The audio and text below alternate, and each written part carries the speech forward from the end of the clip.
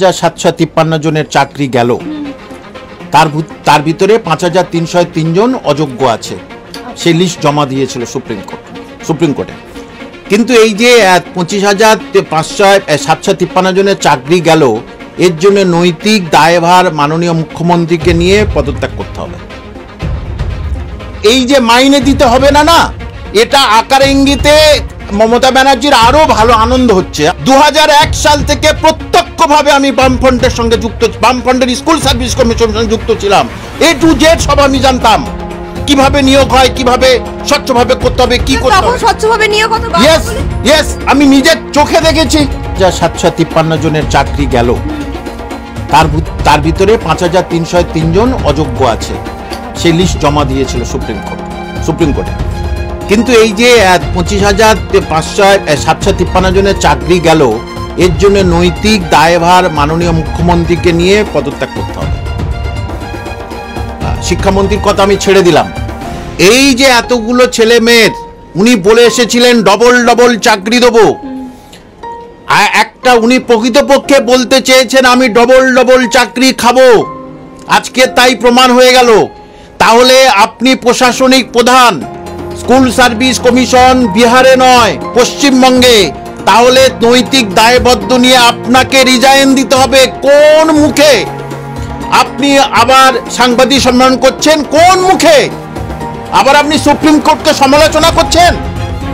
Supreme কোর্টে প্রথম list জমা দিয়েছিল স্কুল সার্ভিস কমিশন 5,485 জনের।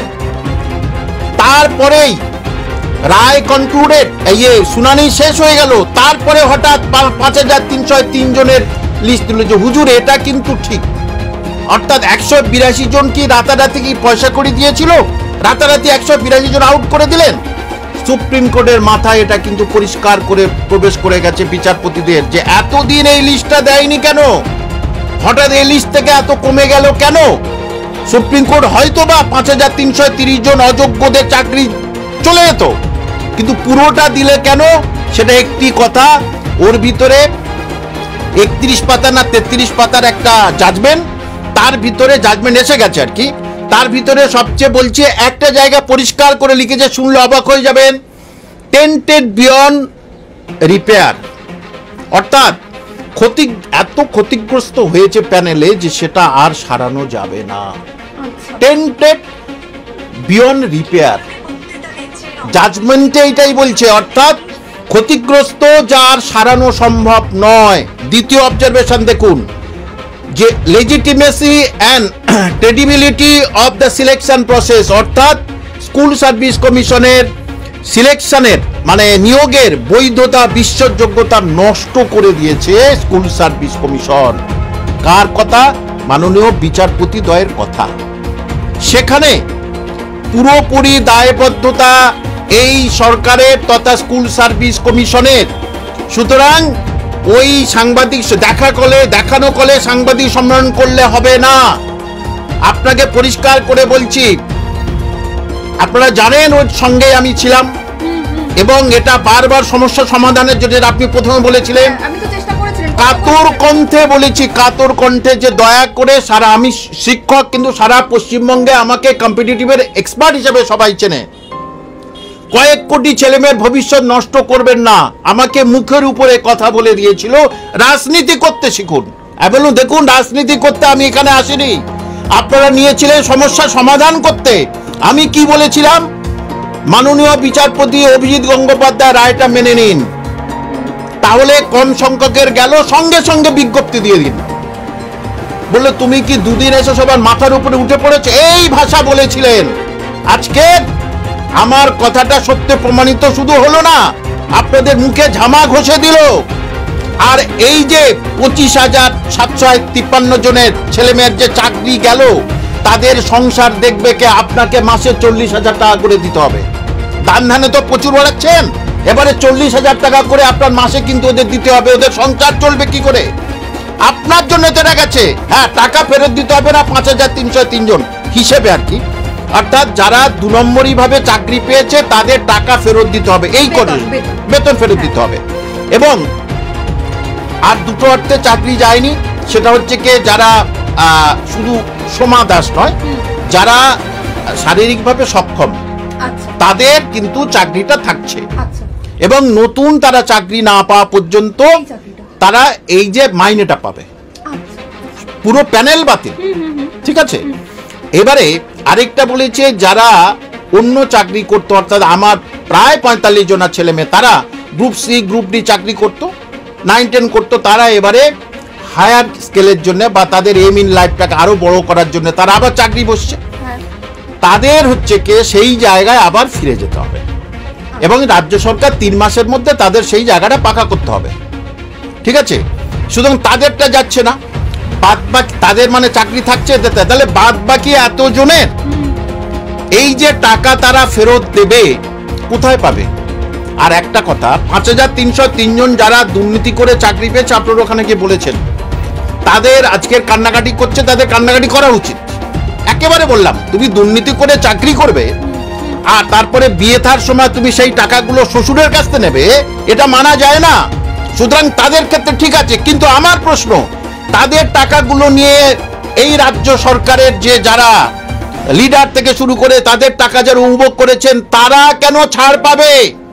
মাননীয় মুখ্যমন্ত্রী, আজকের আপনি তাদেরকে বার করুন, জনসমাজে তাদেরকে ডাকুন, দেখুক যে আপনার সরকারের এই ক্যাডারগুলো বা আপনার সরকারের এই আমলাগুলো, এই উচ্চ শিক্ষিত ব্যক্তিগুলো ওখানে রাহাজানি করতে গেছে, ওখানে ডাকাতি করতে গেছে, গরিব মানুষের টাকা নিয়েছেন, যদিও তারা টাকা দিয়েছে এটা সম্বন্ধে এটা একেবারে আমি এর অবজেকশন করি, কেন টাকা দিয়েছেন? সুতরাং ওদের চাকরি গেছে, ঠিক আছে, কষ্ট হয় যারা সত্যি যোগ্য। দেখুন 2210 জন ওই 2016-তে আমার কাছে পাস করেছে, আচ্ছা প্রত্যক্ষ পরোক্ষভাবে। তারা তো একটা পয়সা দেওয়ার তাদের ক্ষমতা নেই, পড়াশোনা করেছে, চাকরি পেয়েছে। অর্থাৎ ভারতবাসী আজ বুঝে গেল পশ্চিমবঙ্গ মানে কি, এটা পরিষ্কার জানা উচিত। মেধার পরিশ্রম দুর্নীতির কাছে পরাজিত। আজকের কি মনে হলো, তাই না? মেধার পরিশ্রম দুর্নীতির কাছে আজকের পরাজিত।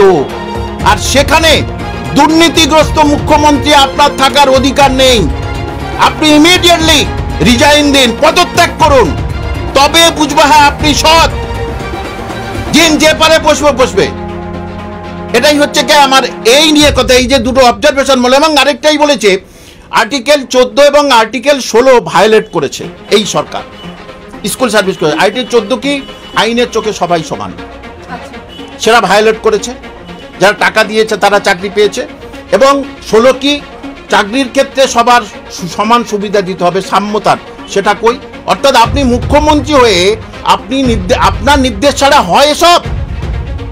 নির্দেশ ছাড়া কোনোদিনই সম্ভব নয়। দেখুন সিপিএম এর তিনি মন্ত্রী ছিলেন পরেশ অধিকারী, চলে আসলেন, সঙ্গে সঙ্গে মন্ত্রিত্ব পেলেন, তার মেয়ের সঙ্গে সঙ্গে চাকরি পেয়ে গেল, ওখানে তার মেয়ের চাকরি বাতিল হয়ে গেল। কি করে? তাহলে মুখ্যমন্ত্রী আপনি এটা জানতেন না? আপনারা জানতেন এই শর্তে এসেছিল তৃণমূল কংগ্রেসে। সবাই কামাল হোসেন নয়, যে স্কুল শিক্ষক, জমি জায়গা যে সবকিছু আছে, ওই ওদের খপ্পরে আমি পড়িনি। আজকের আমার ভালো লাগছে যে আমি যে প্রতিবাদ করেছিলাম সেইটা শোনেননি। এবং আরো বলে দিচ্ছি, স্কুল সার্ভিস কমিশনে যারা বসে আছেন তারা স্কুল সার্ভিস কমিশনের অনেক কিছু জানে না, যেটা আমি জানি। 2001 সাল থেকে প্রত্যক্ষভাবে আমি বামফ্রন্টের সঙ্গে যুক্ত, বামফ্রন্টের স্কুল সার্ভিস কমিশনের সঙ্গে যুক্ত ছিলাম। A to Z সব আমি জানতাম, কিভাবে নিয়োগ হয়, কিভাবে স্বচ্ছভাবে করতে হবে, কি করতে হবে। স্বচ্ছভাবে নিয়োগ হতো বলে ইয়েস, আমি নিজের চোখে দেখেছি। তার মানে এটা ভুয়ো তথ্য, এই যে চিরকুটে চাকরি হতো। দেখুন চিরকুটে চাকরি কখন হতো, এটা আমি বলেছি যে বিফোর 1998 এর আগে, অর্থাৎ যখন আমরা চাকরি পেয়েছি ম্যানেজিং কমিটির থ্রু দিয়ে আর কি, তখনই আর কি। তো তারপরে কিন্তু এখানে একেবারে আমি নিজের চোখে দেখেছি বলে আমি বলছি। তাহলে যে এইটা দেখে এসেছে, তারপরে সে পুরো দেখতে পাচ্ছে, পুরো আলোকে অন্ধকারে নিয়ে যাচ্ছেন আজকে রাজ্যটাকে। তাই আলোময় রাজ্য ছিল, তাকে আপনি অন্ধকারে নিমজ্জিত করলেন। এটাই হচ্ছে প্রশ্ন। এবং ওই তো বললাম, যারা অযোগ্য, ঠিক আছে, যোগ্যদের চাকরি যাবে। আমি ভেবেছিলাম কখন যেদিন ওরা বলেছিল যে শিক্ষামন্ত্রীর কাছে আমরা দেখা করতে যাচ্ছি, আমি ওদের কাছে দুবার গেছিলাম। হ্যাঁ, আমি দুবার ওদের ওখানে গেছিলাম। একজন আত্মহত্যা করেছিল, হার্ট অ্যাটাক করেছিল, হার্ট অ্যাটাক করেছিল, সে আমার প্রাক্তন ছাত্র ছিল, ওর কাছে ওর মাল্যদান করতে গেছিল, আত্মার শান্তির জন্য গেছিলাম। সেই দিনই যখন শুনলাম যে যাবে শিক্ষামন্ত্রীর কাছে, সেদিনই আমি জানতাম যে এদের বিপদ ঘনিয়ে আসছে। আরো একটা দিক তো অন্ধকারে থেকে যাচ্ছে, এই যে আগামী কাল থেকে এতজন শিক্ষক স্কুলে যাবে না, তারা চাকরি নেই, ছাত্ররা একটা তো ভ্যাকিউম সৃষ্টি হচ্ছে, এত পার্ট টাইমার তো নেই নিশ্চয়ই, তো সেই জায়গাটা কি ফিল করবে রাজ্য সরকার? শুনে এনার তো শিক্ষা বাদে শিক্ষাটা নেই, শিক্ষার জায়গায় দুর্নীতিটা গেছে। এখন এসেছে শিক্ষানীতি, এসেছে দুর্নীতি, চলে গেছে শিক্ষানীতি। সুতরাং এই যে মাইনে দিতে হবে না, না, এটা আকার ইঙ্গিতে মমতা ব্যানার্জির আরো ভালো আনন্দ হচ্ছে, আমার তো মাইনে দিতেই হবে না, আবার ওদের টাকাটা আমি ফেরত পাবো। এটাই এবারে স্কুলে যা পারে হোক, এটা তো একদিন নয়, প্রায় 5 থেকে 7 বছর ধরে বহু জুনিয়র হাই স্কুল বন্ধ হয়ে গেছে, আপনারা জানেন সাংবাদিক হিসাবে, এবং বহু উচ্চমাধ্যমিক স্কুল ঢুকছে, পার্ট টাইমার দিয়ে চলছে 1000-2000 টাকা করে। বেসরকারি স্কুলের এত রমরমা, ইয়েস, সেই জন্য বেসরকারি স্কুলের আরো, এবারে বেসরকারি আরো রমরমা হবে, আরো রমরমা হবে। কারণ আমরা শুনেছি চাকরি পেতে কষ্টকর, কিন্তু চাকরি পাওয়ার পরেও তার চাকরি চলে যায়। একটা দুটো হয়েছিল, এতে পুরো সারা ভারতবর্ষে এরকম হয়নি। এর আগে 10,000 চাকরি গেছিল ত্রিপুরাতে, তখন বড় বড় কথা বলেছিলেন। আজকে 25,753 জনের চাকরি চলে গেল, আপনি আবার কোন লজ্জায় সাংবাদিক সম্মান করছেন? আমি তো বুঝি না, সাংবাদিক সম্মান কোন লজ্জায় করছেন? ক্ষমা চেয়ে নিন মানুষের কাছে। আজকের একটা ফ্যামিলির সঙ্গে 15 থেকে 20 জন জড়িয়ে আছে, তার ফ্যামিলি, তার শ্বশুর বাড়ির ফ্যামিলি, তাদের আত্মসম্মান কি হবে? তার বাবা মা, তার শ্বশুর শাশুড়ি, তারা কোথায় মুখ দেখাবে? সুতরাং এই সরকারে বললাম নৈতিক দায়বদ্ধতা নিয়ে রিজাইন দিন। তার মানে হাইকোর্টে সবকিছু তথ্য চেপে গেছিল, এবং যে রায়ে যেখানে যখন পড়ছিলেন তখন শুনেছি, এখন রায়টা হাতে এসে গেছে, যে প্রথম থেকে শেষ পর্যন্ত হচ্ছে দুর্নীতি। 17 রকম ভাবে দুর্নীতি হয়েছে, 17 রকম ভাবে, সেটা হাইকোর্টও বলেছিল, 17 রকম ভাবে দুর্নীতি হয়েছে। আমরা মানুষ সাধারণত জানে 2-4টে উপায়ে দুর্নীতি হয়েছে, কিন্তু 17 রকম উপায়ে দুর্নীতি হয়েছে। 17 রকম ব্যাখ্যা করতে গেলে অনেক সময় লাগবে। 17 শুধু এক রকমে হয়নি, 17 রকম ভাবে দুর্নীতি হয়েছে। কিছুদিন আগে আপনারা দেখেছিলেন, কয়েকদিন আগে মাদ্রাসায়, মানে কবিতা পাশ করেছে, কবিতা, এবারে কবিতার থেকে ললিতার নেবে, তাহলে ললিতার নাম্বার কম, তাহলে কবিতা যেটাকে 5-এর এ উত্তর করেছে সঠিক, সেখানে ওরা কি করেছে, 5-এর এর পাশে বিটাকেও গোল করে দিয়েছে নিজেরাই। মানে এই মাদ্রাসা সার্ভিস তথা স্কুল সার্ভিস কমিশনে দিনের বেলা ডাকাতি করছে ভালো ছেলে মেয়েদের, তাহলে সে নাম্বার কমে গেলে এইভাবে কারোর খাতা ক্যান্সেল করিয়ে দিয়েছে, যে নামের যে স্পেলিং তার সঙ্গে হচ্ছে এক্সট্রা হচ্ছে গোল করে দিয়েছে, তাহলে খাতা ক্যান্সেল। এইভাবে হচ্ছে কি তাদেরকে, তারা চাকরি পাবে। এই যে মাদ্রাসা, এটা কেসটা উঠেছে। সুতরাং মনে রাখবেন, প্রাইমারি তো সেম জিনিস ঘটতে চলেছে, অবশ্যই এইভাবেই তো প্রাইমারিতে আরো বেশি দুর্নীতি হয়েছে। তাই বলে এই নয় যারা চাকরি করছে তাদের প্রতি আমার রাগ, কিচ্ছু নয়, কোর্ট যা রায় দেবে সেটা তো আবার মেনে নিতে হবে, এবং যারা যোগ্য তাদের চাকরি থাকা, সেই জন্য কষ্ট হয়, স্বাভাবিক ব্যাপার। এই জন্য ওখানে জানাশোনা সব স্টুডেন্ট আছে, তাদের দেখে আমারও কষ্ট হবে, ওই জন্য আমি ওখানে আর যাইনি, যেখানে আপনারা গেছিলেন সবাই। যে সুতরাং মাদ্রাসা তো যাবেই, যা মনে হচ্ছে। এবং এই নিয়ে যখন আমি বলেছিলাম এখানে, তখন অনেক ওর ভিতরে যারা পাস করে আছে, তারা কিভাবে পাস করেছে জানি না, তারাও বলছে যে আমি কেন ওই যারা ফেল করেছে তাদের প্রেরণা দিচ্ছি। আশ্চর্য ব্যাপার, আপনাকে সঠিকটা বলতে হবে সঠিকভাবে। যে সুতরাং এই সুপ্রিম কোর্ট বলে দিয়েছে, সেখানে পরিষ্কার লিখে দিয়েছে যে টেন্ডার নেওয়া হয়েছে সেটা 2 নম্বরই উপায়। যারা পুরো খাতাটাই নষ্ট করে দিয়েছে, সেটা পার্থ চ্যাটার্জি লাস্টে বললো সিবিআই এর কাছে, আমি পুরো খাতাটাই নষ্ট করে দিয়েছি। তাহলে পরীক্ষা নেওয়ার কি দরকার ছিল? দরকার নেই। এবং এই সঙ্গে সঙ্গে শুধু এদের কি 3 মাসের মধ্যে আপনাকে কথা দেন 3 মাসের মধ্যে কিছু করতে পারবে না। 23 লক্ষ পরীক্ষার্থী ছিল, 23 লক্ষ পরীক্ষার্থী পরীক্ষায় বসবে, 3 মাসের মধ্যে করবে এইরকম। ওনারা নিষ্কম্ম আছে, তো আমি তো পরিষ্কার করবো, নিষ্কম্ম আছে, কোনো নিয়ম কানুন পড়ে না, জানে না। আমার তো হাতে কলমে শেখা সব। সুপার নিউমারি পোস্ট ওখানে কোথায় পেয়েছে? আছে কোথাও নিয়মে?